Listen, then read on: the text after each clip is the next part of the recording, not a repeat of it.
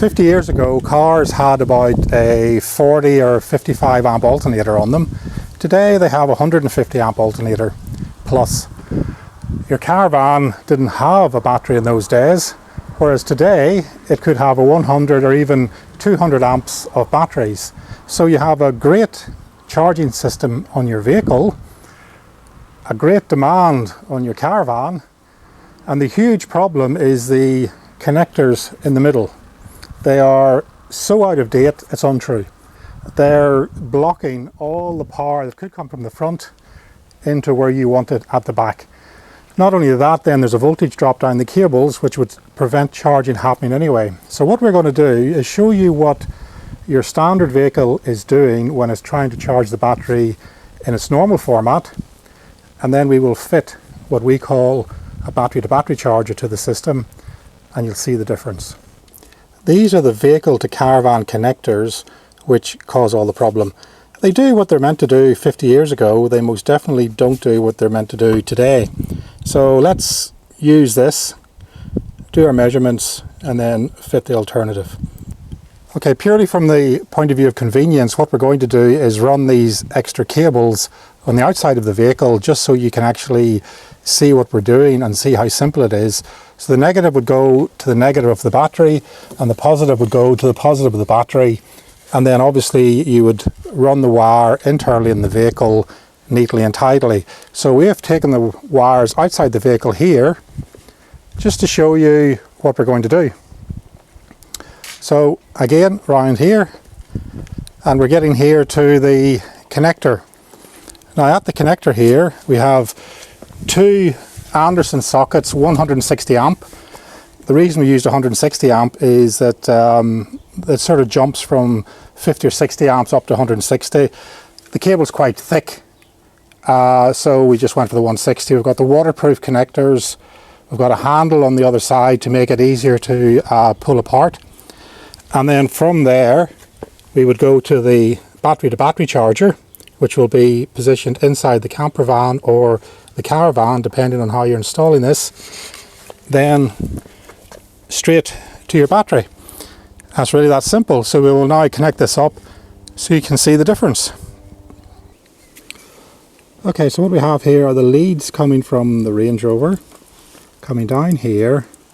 Here we have the Anderson connection. So we have made the Anderson connection there, as you would on your vehicle.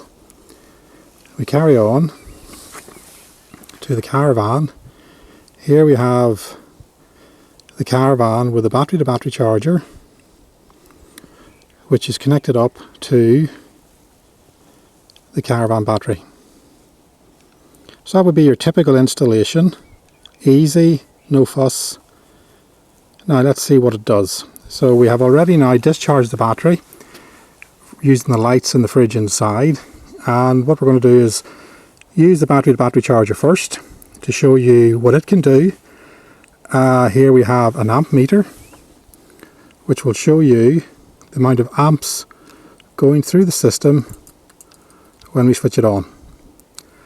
Then we will disconnect the battery-to-battery charger, connect the standard Caravan plugs, and see what it can put into the batteries in the same time frame. Okay, let's try that. Okay, we're ready to try. So can you switch the Range Rover on then? If you note, we have the standard plug there disconnected, and let's go down here. Now it takes a couple of minutes for the unit to run through a self-test before energizing itself, so it's quite sunny today. I'm not sure if we'll be able to see the LEDs going on as it goes through the self-test. Once it's finished the self-test, then the unit will engage and start to charge the battery. Okay. So at the present we're doing 13.8 volts there, and on the input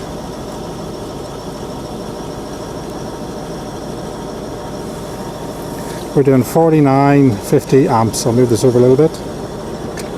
So we're doing 50 amps into the battery from the Range Rover. Okay, so we've disconnected the Sterling system. The battery's back at 12.67 volts and the current going in is at 0.1 amp. We have now connected up the Range Rover. So let's start the Range Rover. So let's go back and see what we're doing here. So we're putting into the battery 3.7 amps, 4 amps, and the voltage is 12.76. Okay, so we were putting in basically 10 times more electric, which is a 500% improvement on the charging. Now, just in case you think this isn't actually the case, what I'm going to do is get them to connect up the Sterling system again while we're still moving, and then again this will take a few minutes for, so this is all live, nothing's changed. So again, the unit has to go through its startup. That's what the beep is, so it's starting up.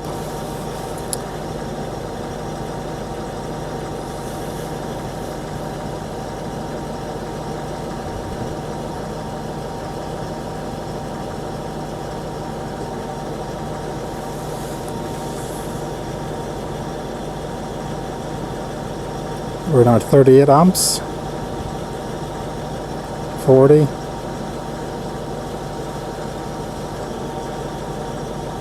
And the voltage is now going up to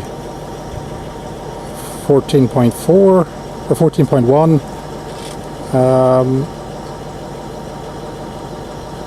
We're still at 37. So that's the cable connected round to the unit. We're still putting in 37 amps there, 38 amps, and the voltage is at 14.3 volts. Now what we're going to do again is disconnect this unit and instantly plug in the other unit. So if I keep my meter on here, so right, pull that off.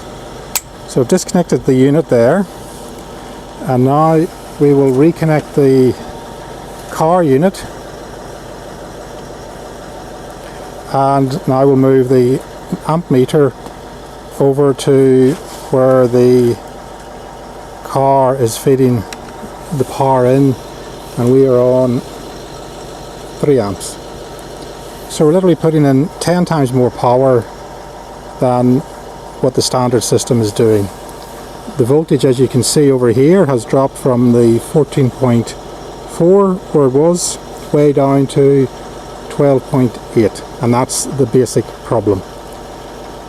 So with this situation, or with this equipment now, you can charge your battery 10 times faster, put a lot more into the battery, so you can actually do what's known as wildside camping. You can simply stop the caravan wherever you want and use it from the battery, knowing that when you start the vehicle up again, you will charge the battery up quickly. So let's have a look inside a modern, or relatively modern, caravan. You can see here we have halogen lights, which are not a good thing at the best of times. Microwaves. We have quite a large fridge with a freezer and more electric lights, all of which are very demanding on a smallish battery. And this is not to take into account the children, who no doubt have their iPads, iPods, everything, and have nowhere to charge them.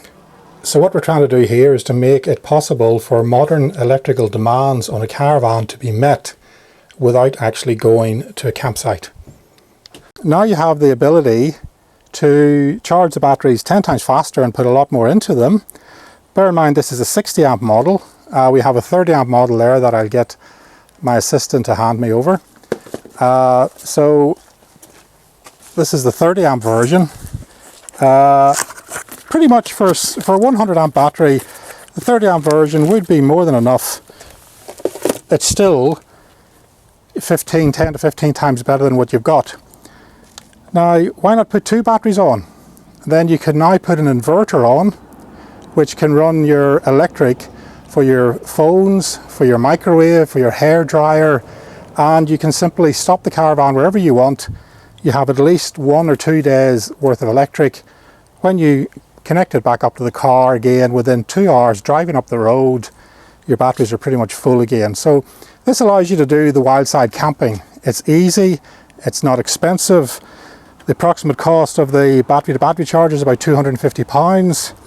You've got cables here, there's probably about £60 worth of cables. The Anderson connectors probably £10.